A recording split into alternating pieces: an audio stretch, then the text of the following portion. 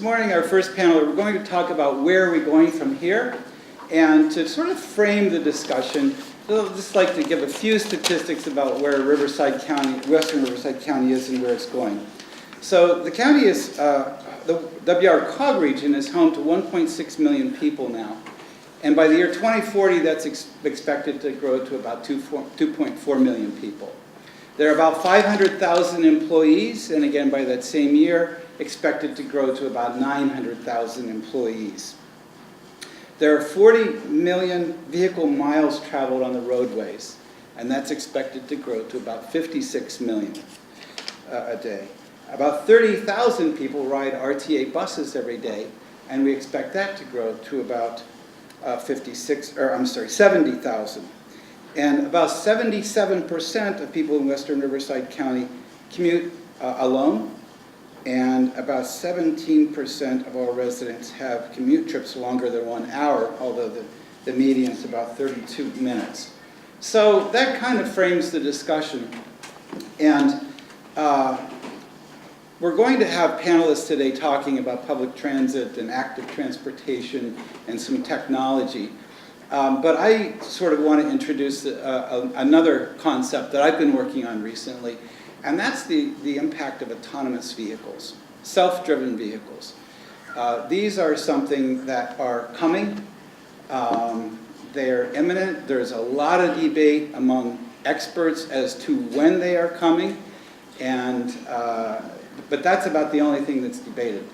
Nearly everybody agrees that sometime in the next 30 years or so, there will be a significant number of autonomous vehicles on our streets and roads. And if you take the middle ground, the sort of the really optimistic people, yesterday GM came out and said by next year, they've got a car, an autonomous, fully self-driven car, ready to put on the market. Most of the manufacturers are saying by 2021, they've got vehicles ready to put on the market. The more pessimistic people are saying, no, it's going to be 40 years or so before you're going to see fully self-driven vehicles on the streets and roads. But if you take the sort of middle ground, by the year 2030, we can expect a significant number of autonomous vehicles on our streets and roads. And when I say significant number, that's a wide range. It might be 15%, it might be 60%, but that's a pretty short time frame. And we need to start preparing for it. And one of the things that's really attracted me to this field, so I'm an urban planner. And as planners, we like to solve problems.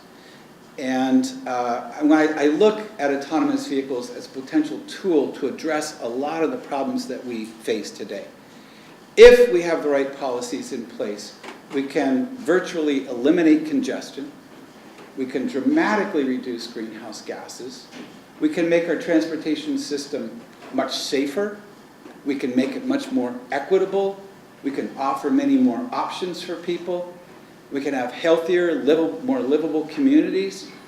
But on the other hand, the advent of autonomous vehicles also bring up the potential for things to go really wrong. We might have more congestion. We're not, today we spend a lot of our efforts trying to get people out of singly occupied automobiles. So the average vehicle occupancy is somewhere around 1.1 persons per vehicle, maybe 1.15. And we try to get, to bump that up a little bit. We're going to have zero occupant vehicles floating around. And that could exacerbate congestion and greenhouse gases and all these other problems. And so the difference is going to be what kind of public policies we put into place. And so I just kind of want to plant that seed because this is an issue that's coming up probably faster than most of us are prepared for, and it's a discussion that we need to all start having because we could have a really bright future with this where things could go really bad. And it's time for us at all levels of government, federal, state, MPO, Metrolink Planning Organization, and local government to start preparing for this, what I believe is a fairly near future, which is very different. And that future could play in very much to what we're going to hear this morning when we talk about public transit and how it will impact transit, how it will impact active transportation, bicycling and walking, and how it's going to impact not only that, but so many aspects of our lives. It's going to change the way we get around. It's going to change our cities. It's going to change our lives in so many ways. And we need to start preparing for it. So I'm first going to go to Brad from RTA. And could you just provide a brief overview of RTA's plans for the coming decades? All right, well, thank you. Can you guys hear me? Good, okay. Well, the good news is the future is very bright for RTA. The things that we did this last year, 2017, were amazing.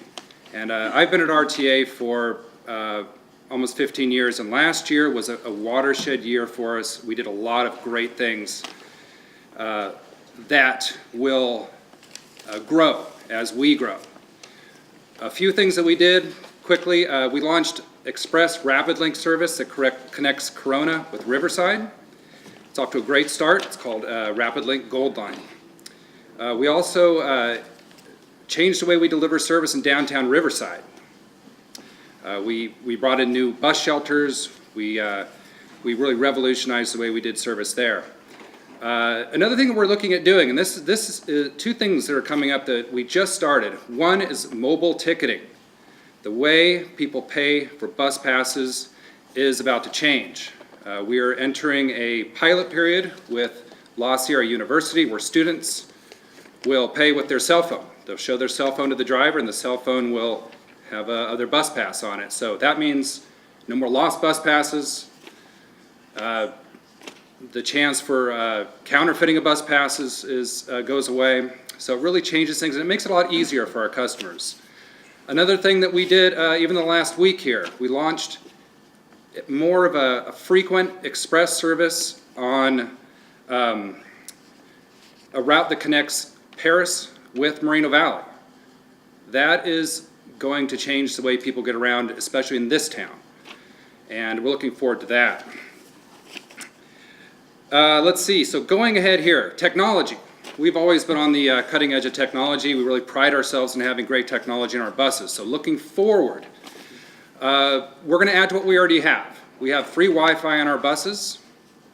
We have USB chargers, and our customers they seem very happy about it. Our bus is parked out there, that red and white commuter link bus, so I invite all of you to get on board and take a look at it. So going forward, we think our customers are going to enjoy using that. It's giving them some time back in their day that is not spent on the road in traffic. They're able to surf the internet, get some work done, watch a movie, things that they couldn't have done 10 years ago. So things are definitely changing. Technology, not only on our buses, but outside of buses. Our maintenance department is doing a great job. They are always working to improve how we deliver service. More fuel-efficient vehicles, cleaner air technology is always something that we're looking to do. We have our eye closely on electric buses. That's something I think that is going to be coming up as well, electric buses in the future. And also the same emerging trends that you see on cars, such as crash avoidance technology and braking. We're looking into that closely, so that's something that we're going to be paying attention to. I mentioned Rapid Link. That is something we're proud of, and like I said before, we have one route, and it connects Corona with Riverside. It's Rapid Link route. Our second Rapid Link route is coming to this town. It's going to be launching soon. It's going to be connecting Paris, again, with Moreno Valley. So this city, I think, has a lot to look forward to, and the residents living here have a lot to look forward to. That same technology or the same template we use for Rapid Link is something that we could take to other cities down the road. So other cities in our service area can also benefit from a route that does not travel on the freeway, but on local roads. And it's an express route, so we may expand that as the future goes on. So, well, to sum it up, I can keep going, but we're going to keep evolving with trends. The old adage that evolve or die is very true, and it exists with public transit. So we're going to keep listening to our customers listening to the guidance of our board members, and enter a very bright future. Thanks. Well, Brad, where do you anticipate the greatest growth in ridership in the western Riverside County area? Well, in this area, I think wherever there's open space, there's a chance for growth. There's a lot of places that are poised to grow. I know Mayor Pro Tem Baca just mentioned Moreno Valley. We're sitting in it right now. This area is going to grow. The professionals who really research this, the WRCOG, RCTC, we're going to be listening to them and working closely with them to meet the demands of growing communities. If I was to guess and project the greatest growth, I think definitely along the 15 freeway between Temecula and Corona, Pass area, Beaumont, Banning area. Eastvale's growing. Just added a Costco out there and a Amazon facility, or they're going to. And Eastvale's growing, and the villages at Lakeview between Paris and Hemet, another big area. So a lot of areas are growing, so we have a lot of work to do. So those are growing suburban areas. As far as transit ridership goes, though, won't most of your ridership occur in sort of the more urbanized areas? Yeah, that's true. Our bread and butter route, the Route 1, does travel through Riverside and Corona. So definitely those areas are going to be, the dense area is going to be where the most growth is. And speaking of density, I know it's important as we look forward to the future. Smart growth is going to be important where communities are built, where we have dense communities are built, where there's housing and retail and mass transit all somewhat close. So that's going to, I think, be a benefit both to public transit and the residents who live there. I know it's been said, but the bottom line is we can't build ourselves out of this congestion, okay? Transit's going to have to play a huge role in how we grow. So we know our population is going to grow out here, and we're ready for the challenge. And is RTA preparing for autonomous vehicles playing a role in transit? Are you looking at the possibility of self-driven buses, for example, and what other roles might autonomous vehicles play within the transit realm here? Mm-hmm. Well, I think you mentioned very correctly, autonomous vehicles are coming, and we know that. When they're coming, we don't know. Technology changes so quickly. All I know is what we believe that it's going to evolve from the personal vehicle, the personal car, into public transit. And I know that there is a microtransit sort of theory where smaller buses or vans can go into communities and bring out residents to transit centers. So it's an interesting thing. We know it's coming, and not sure how fast it's going to evolve, but the world is changing. You know, Wi-Fi and wasn't available on our buses a while ago, and these things that we're seeing nowadays, things are changing so quickly, and I think this type of vehicle is going to come, and we're going to work on how to connect with this type of travel in the future. Okay. You mentioned microtransit. Is RTA looking at all at sort of redefining what we think of as public transit? In other words, we usually think of public transit as being a train or a large bus, but with autonomous vehicles, we're going to start seeing, you know, Uber Pool and Lyft Line and 3-passenger vehicles and 6-passenger vehicles and 8-passenger vehicles. Is RTA starting to think along those lines as well? We're definitely working with companies like Uber and Lyft. We know that's the reality, and that we know that's how what the future is and the present is. So however we can get people to where they want to go, that's where we want to be. So we know people are going to be using Lyft a lot, and we know we have customers that connect with our buses using that type of transit. Very good. All right, thank you. Roderick Diaz is here from Metrolink, and why don't we go to Roderick? Could you please provide us a brief overview of Metrolink's plans for Western Riverside County? Sure. Let me try by standing up, since I'll have to refer to some images here. Just to give everyone some familiarity, no doubt many of you have ridden Metrolink before. Can I maybe just see a show of hands of How many people have ridden it? So most of the room. So you know that we're an over 300-mile network, 7 lines, 3 of which serve western Riverside County. The Paris Valley line just got extended within the last year or so. Yet, we serve a region that's 18 million people, but unfortunately, we're very commute-focused, very downtown Los Angeles-focused, which means our daily ridership is just a shade over 40,000 passengers. So what does our future look like? We've been investing a lot in technology and safety technology on our cars, a technology called positive train control for our trains to make the trains safer and not prevent collisions. We also have had a recent investment in mobile ticketing. We are live with mobile ticketing system-wide now, so you can, and we have a transition point to the Metro where you can use your mobile ticket to transfer to the Metro rail lines in downtown LA as well. But let me just kind of talk through where we see ourselves growing. We've just been putting together an idea called SCORE. This, what we call it, the Southern California Optimized Rail Expansion Program. And we just recently applied to the state for some funding for this. We have a vast network, yet we want to deploy it a lot more easily, a lot more, deploy our trains more frequently, make our trains a lot more reliable. What that means is that where we have single track throughout our system or where we have constrained slots by our agreement with our railroads, we want to find a way to build infrastructure, restructure our agreements with railroads to run trains more frequently. Run trains in the middle of the day, run trains in the evening, run trains in the opposite direction. No doubt most of you who've ridden Metrolink have only ridden it to downtown LA and back. But with trains running more frequently, you might think about taking a train from Paris to Corona, or taking a train from Riverside to Fullerton a lot more frequently. Or there might be opportunities for people from Orange County to take a train to Riverside, which is the 4th largest employment center around any of our stations in Southern California. So those are our opportunities. And so you can see here, on most of our lines, we're thinking about running trains as frequently as every 30 minutes in both directions.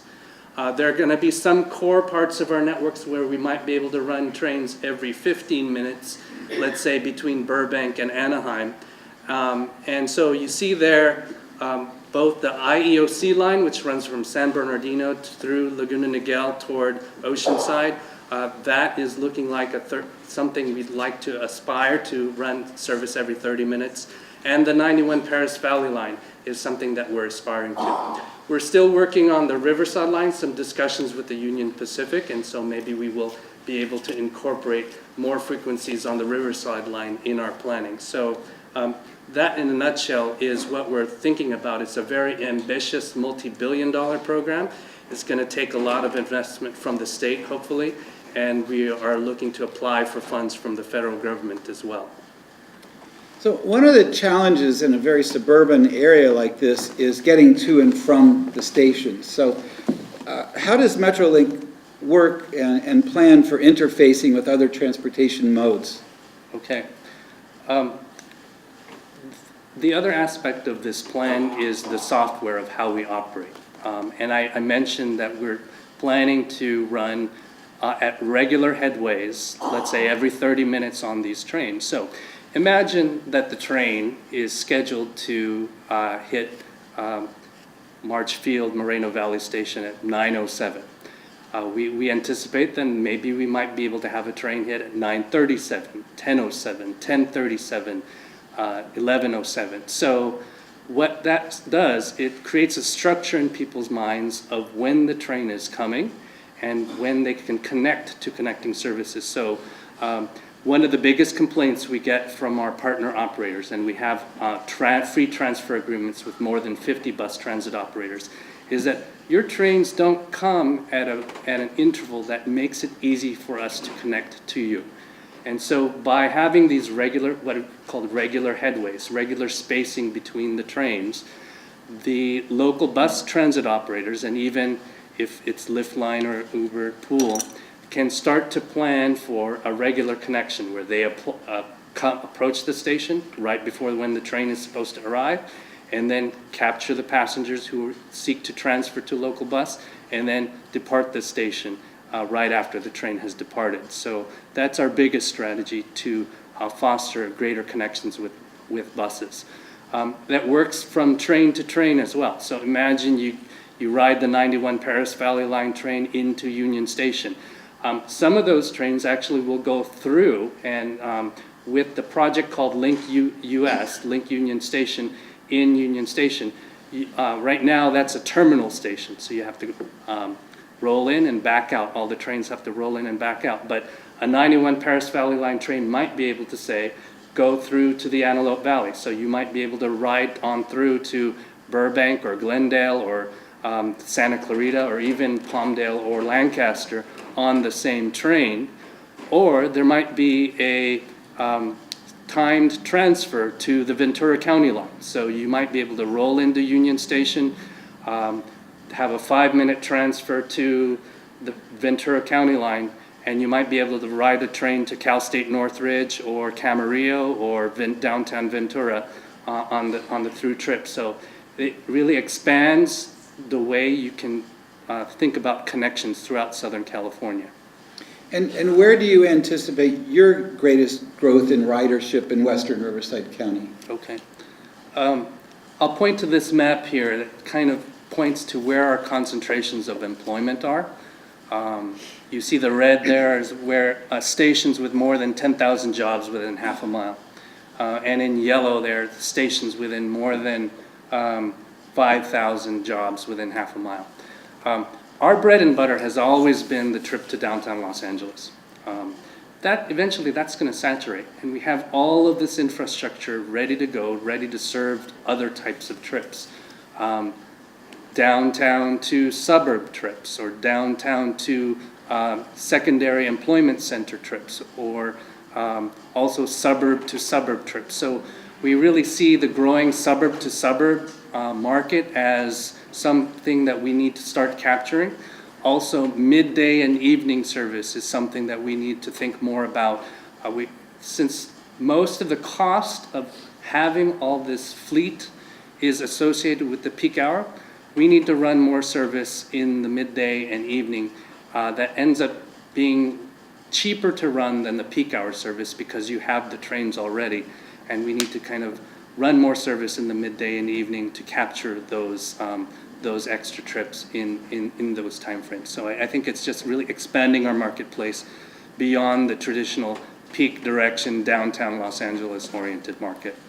Okay, and that feeds into my next question, which I didn't provide for you earlier on, but that actually leads right into this. The greatest cost in having a system like Metrolink is in the capital cost, so the construction of the lines and the purchase of the vehicles. Now that you have that, what additional marginal costs do you have in operating the trains more frequently and throughout the day?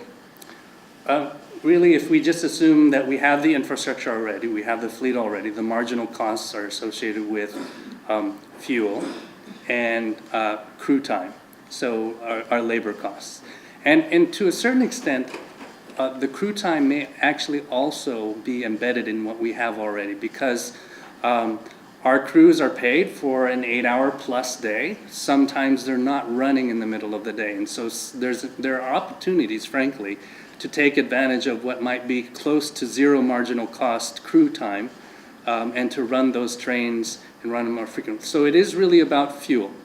Now that gets to another trend you've been talking about, which is electrification. We've been asked by our board to think about what are the opportunities associated with shifting toward electrification in the future.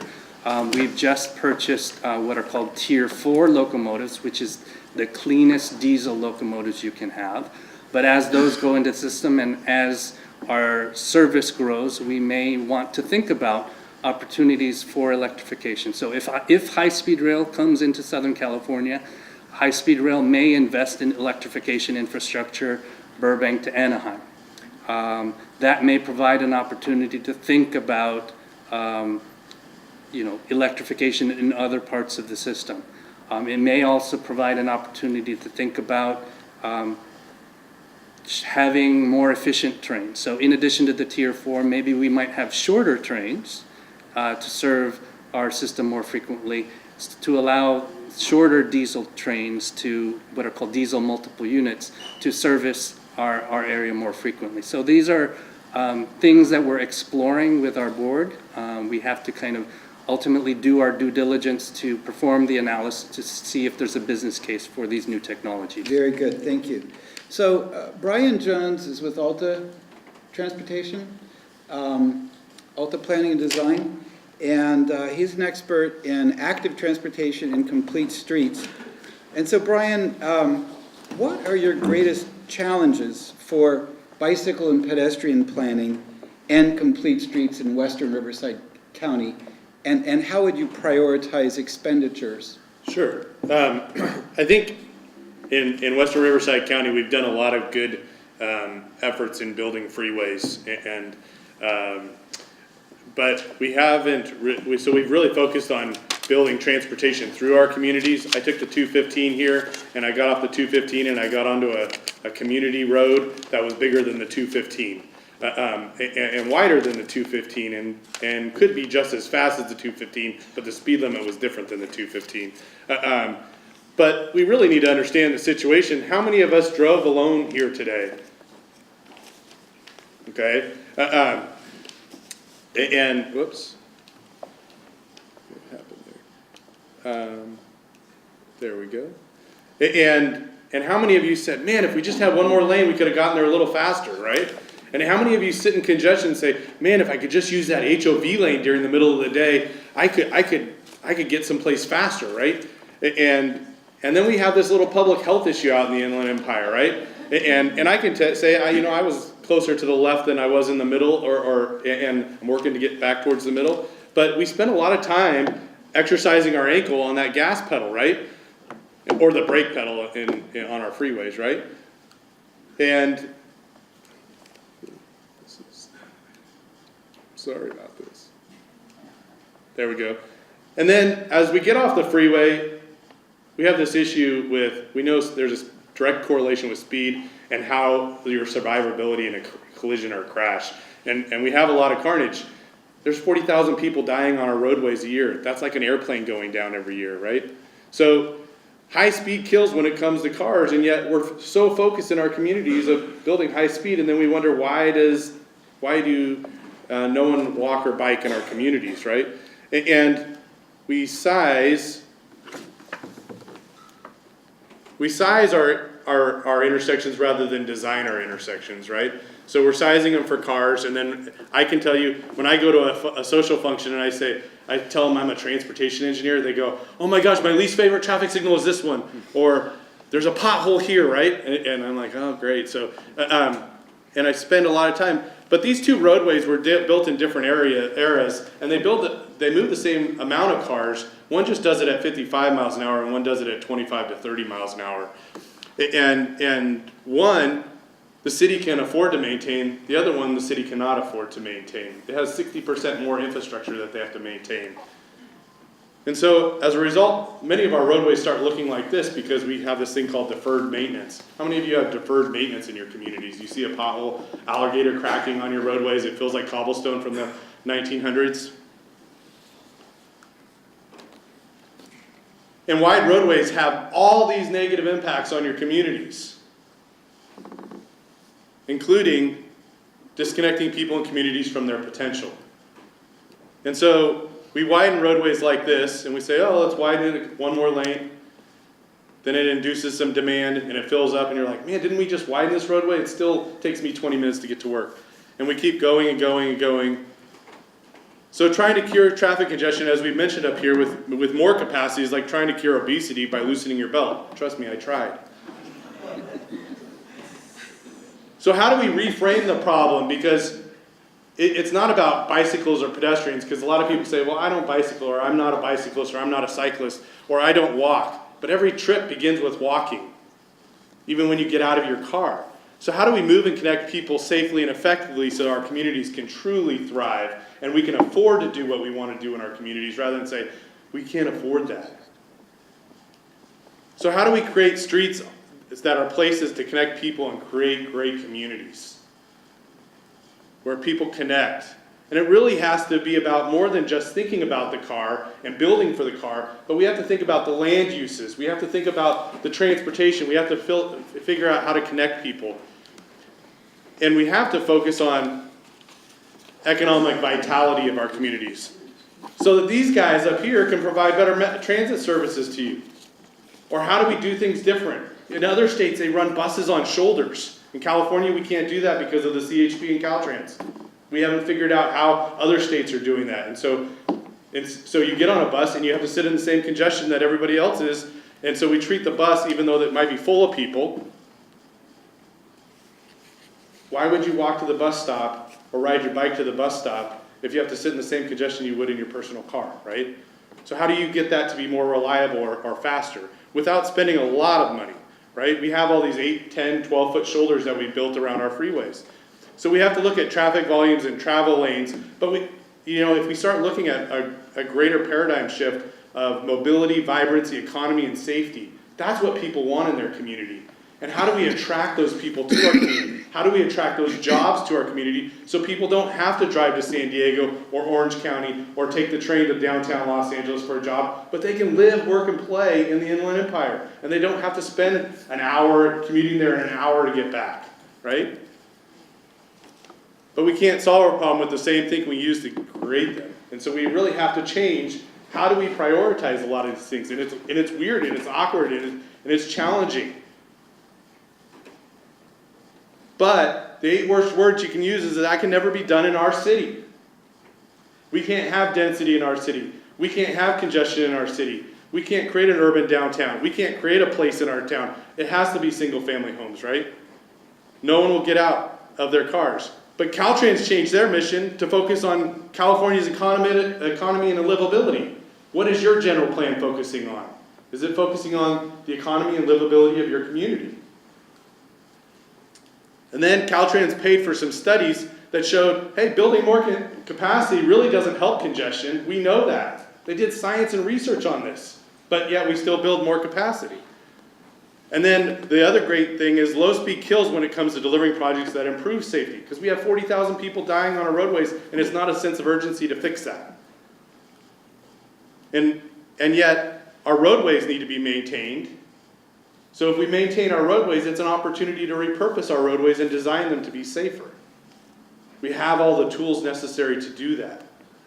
You might drive a little slower, but it might be a more reliable trip because there's not a collision or a congestion that is caused from a collision. And you have to engage the community. Here's a park in the middle of a town, and they said, there's a park there, but we can't walk there because these roadways are so wide and fast. So we said, where are you having problems walking? And they said, this big state highway running through our town, there's the bottom roadway right there. And we said, well, okay, let's look at that roadway. Here's what it looks like today. It's moving 3,000 or 6,000 cars, and it has 4 lanes. So you have to cross multiple lanes, and then you say, well, let's just improve the crosswalks. Or let's put in curb extensions. Or let's put in angle parking to increase the access to the park or to the businesses around the park. Or let's slow cars down. Or let's change the whole dynamics of the roadway by putting in what we call, I'm losing it. Oops. There, a road diet. Or repurposing the roadway and really slowing things down and having people say, this is a community where it's a destination, right? Or putting a trail on a roadway.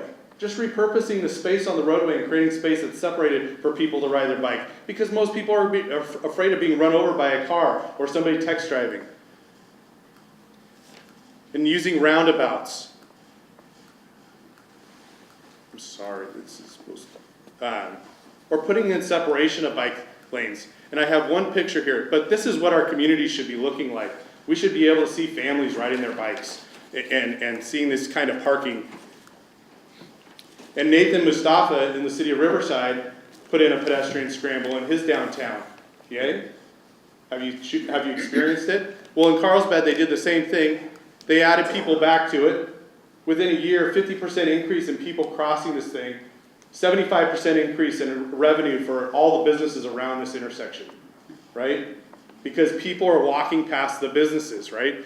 And then the Chamber of Commerce puts in this $275,000 sign saying, welcome to our destination, our place, Yeah. right? Brian, we're gonna have to get. Sure. I have a quick question here. You know, throughout most of my career, I did the same type of work. Sure. And one of the things I noticed was that some communities are very receptive to these things and others are not. In about a minute, could you Sure. just say what you see the differences between those communities who are receptive and those who are not? Well, we have to figure out how to connect people to the vision, and we have to work with them, and we have to start with where the people are today and where the people want to be today. And just like transit identifies where people want to go, and then they provide the services, or they try to provide the services there, we also have to do that same thing of where do people want to ride their bikes, or where are people walking today, and how do we enhance those places, and then further connect those and create better places for people, because our streets are really places for business and people and commerce to take place, but in a lot of our communities, we're not allowing our streets to work at their fullest potential Very for good. our benefit. Very good, thank you. So next up, Steve Mager? Yep. From Traffic Technology Systems. Yes. Steve, you've got a product that you want to tell us about. Could you give us a brief introduction and tell us what the purpose of it is? So we have a product that we provide data to the OEMs, auto manufacturers. Audi was our first, they've been our big supporter for the last 5 years. And what we do is we buy software modules for an agency that wants to supply data to us. This is done by the traffic system itself, and it pushes SPAT data, the signal phasing and timing data, to us. We also create a map message, and then we send that data out to an OEM, and they're able to take this data and put it into the vehicles to do different aspects. For Audi, they can show how much time is left at an intersection on red. It can give speed recommendations, so you can drive, maybe the road's 45, but it says to drive 42 to hit the next intersection during the green phase. And we've also built it into hybrid platforms as well. Okay, what role will the personal signal assistant play in the future of transportation in western Riverside County? Well, we're hoping, because it is a chicken or an egg thing. So right now we have 5 OEMs on board, different auto manufacturers. And we need to work with the cities to get your data. So basically we have a relationship. So you guys have the data. The agencies, you own the data. They're your signal systems. Our partners are the people that sell you the traffic signal systems. So the Econolights, McCain's, Siemens, Trafficware. And then we connect those with the OEMs. So we take that data and we provide it to the OEMs, who then put it in the cars for the drivers. Now, I know Eric here at the city has had the opportunity to drive a car with the data, with the technology in it. So it's pretty cool. It is really cool. And if you want, you can go to YouTube and look up Audi Traffic Light Assistant, and they have 3 or 4 different videos on there of what they're looking to do. So could you clarify a little bit? So the signal is collecting information, and then it's got data, and that data goes to where? Okay, so here's a diagram up here, just a real basic of what we're doing. Your signal system, the data's coming in from the city, so we only work with the signals that are connected back to the city. If you have a freestanding intersection that's not brought back, it doesn't have connection into the city, so you're not getting that data, we can't do anything with it. But as that data comes in, we get a push. We don't have access into the city, we have no equipment. It's software only. That data pushes out to our cloud servers they're in Oregon. We run it through our process. So what we're doing is we're predicting when the signals are going to turn green and red. We take that data, we send it out to the OEMs, and then they're able to send it back through a cellular network into the car. So then that data is built into the car, and the OEMs decide how they're going to do it. So Audi right now has 2 things that they're doing with it.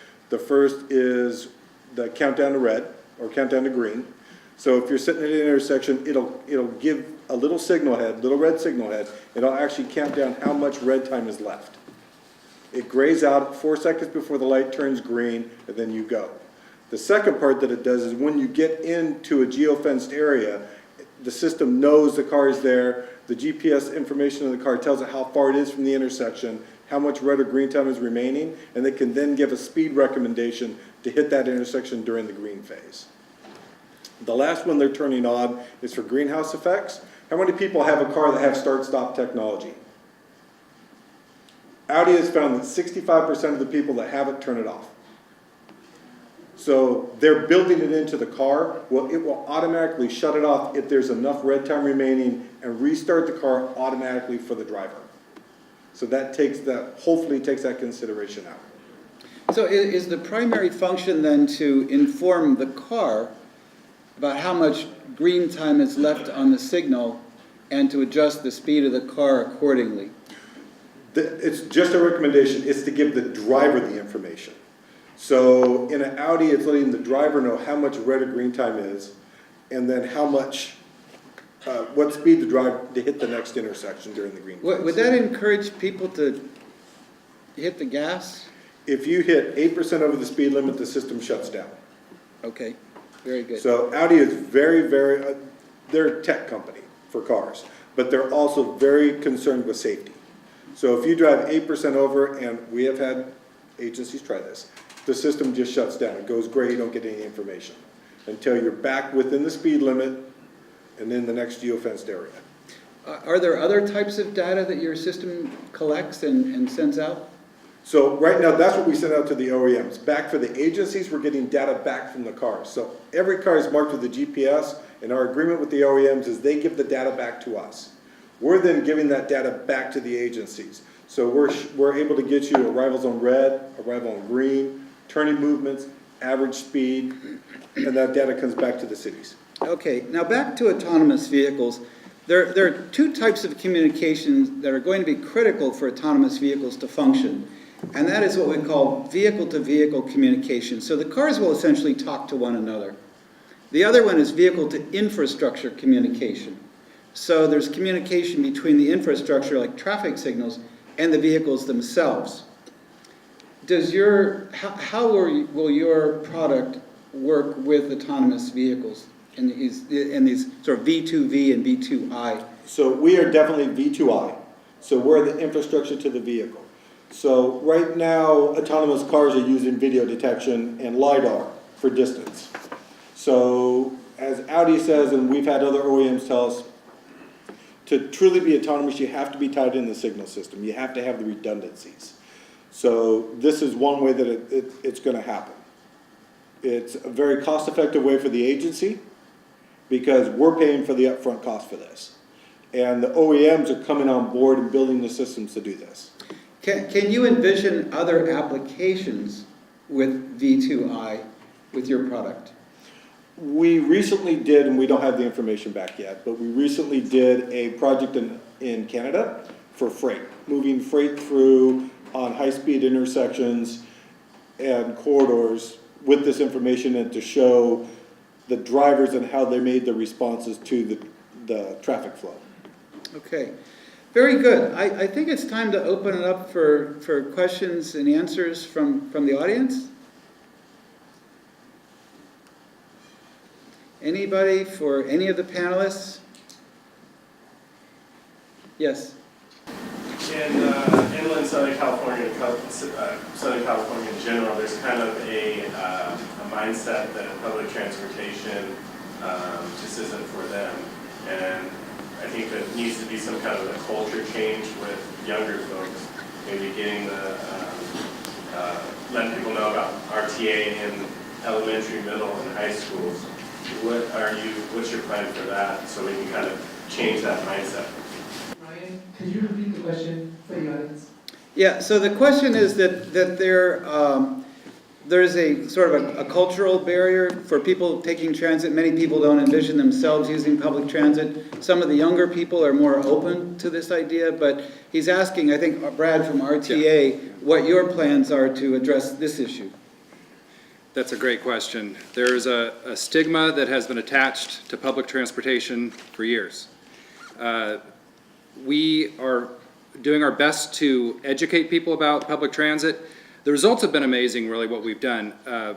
In order to change people's minds, we say, ride the bus once, get on board, see how it goes. If you like it, please come back. If we can get everybody on the bus just one time, we think we can retain a lot of new people. We have people in the marketing department who visit schools. We have community groups called Transportation Now that are basically grassroots groups in different areas of the county that will include students and spread the word on these campuses at the high schools and maybe middle schools. And one thing that's happened that's been interesting is our communication with young students attending colleges. RTA has the most number of colleges that I know of participating in a program that allows students to ride at no cost. We have 7 colleges and universities in the area, including Moreno Valley College. Students get on board, they show their ID, they get unlimited rides. And our ridership is more than 20% students. It's been a great success for us, and it's really interesting to see the number of students that once they get on, they'll come back. Roderick, did you have anything to add to that? Sure. In a lot of ways, the culture change is happening even despite what we're doing, and I think the philosophies of how we use transportation is changing.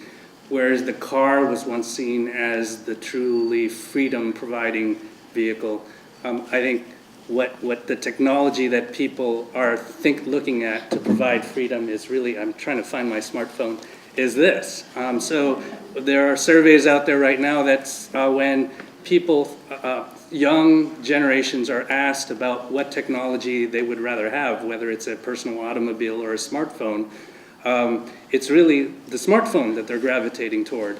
And I would say that public transportation is part of that ecosystem where they can just ride seamlessly without having to think about where they're going, and it's all kind of just ride on the bus, ride on the train.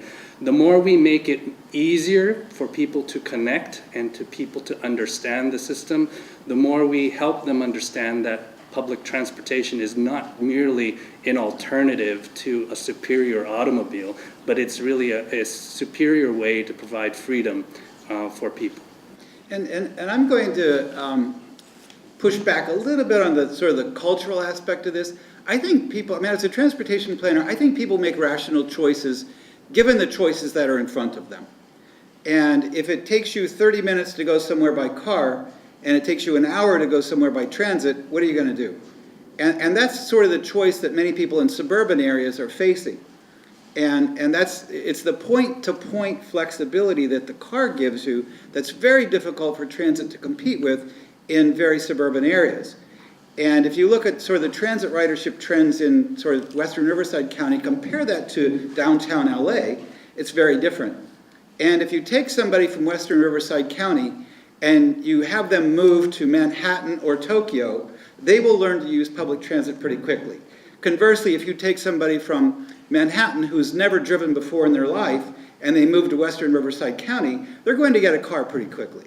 So, you know, I think that's got to be part of this whole discussion as well. And I think autonomous vehicles are going to offer a type of transit or a new definition of transit that is much more attractive for many more rides. So, are there questions? Ryan, and Yeah. even playing off that, if you build places for cars and traffic, you're gonna have cars and traffic. If you build places for, or places for people and places, you're gonna get more people and places. And the millennials coming out of college and the workforce are looking for places where people can exist. And so if communities don't start providing those things, those communities start becoming less relevant to the young workforce.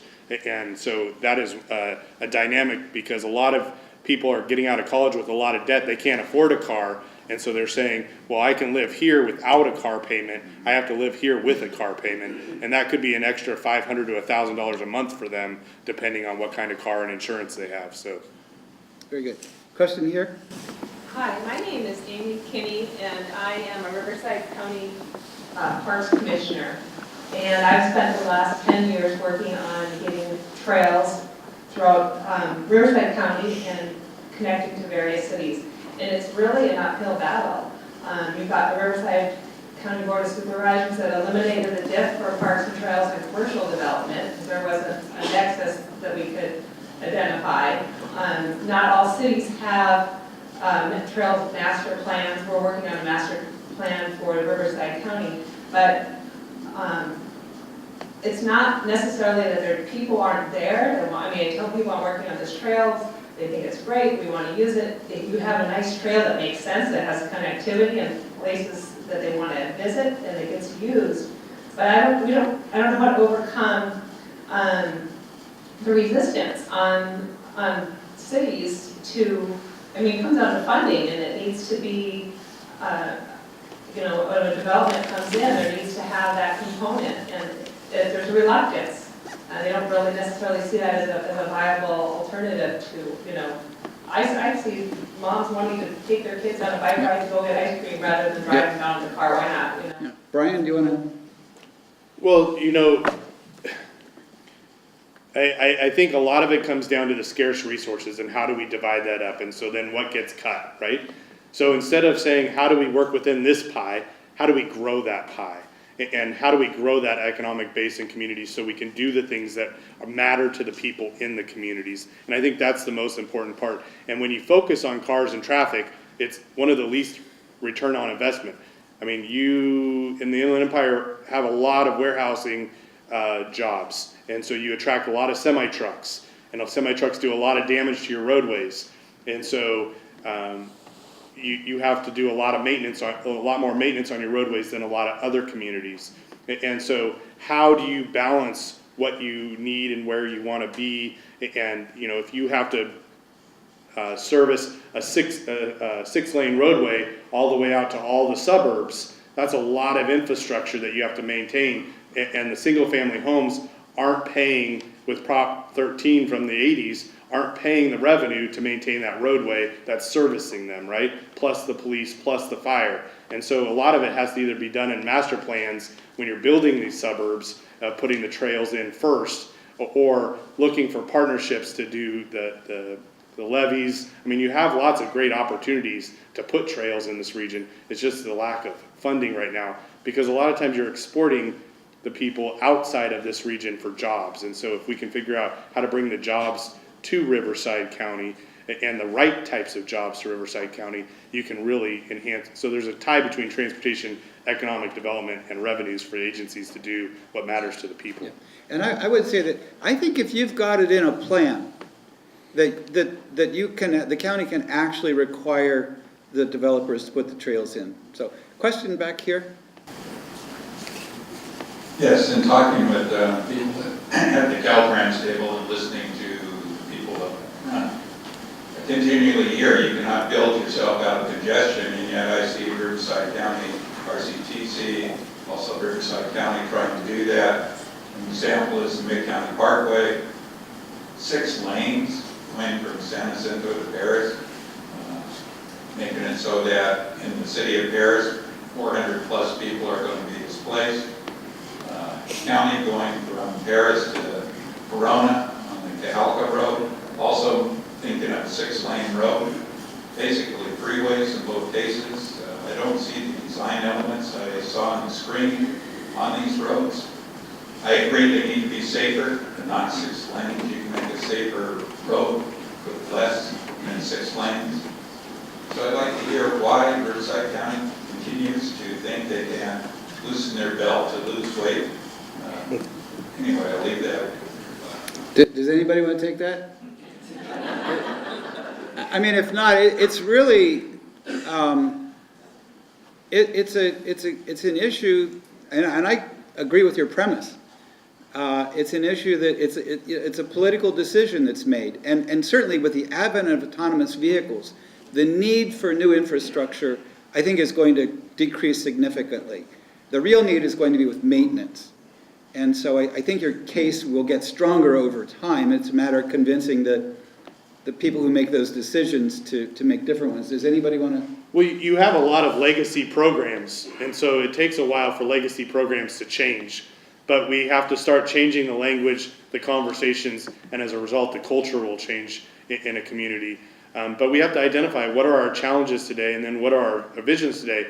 But we also have to change what we say. When we're sitting in congestion, we can say, we have to stop calling our council member to say, when are you gonna widen this intersection? Because widening that intersection isn't gonna get you anywhere any faster, because you're just gonna get to the next red light faster, or to the next bottleneck, and then you're gonna realize the bottleneck that never existed now exists because you got there faster. So we have to really think about that. Are we designing for the peak 15 minutes of the day, like probably what the roadway is being sized for 6 lanes, or do we design for the well-being of our community and the people that live in our communities? And there's a dichotomy that's going on there. Very good. Well, we are out of time, so thank you for your attention, and thank the other panelists.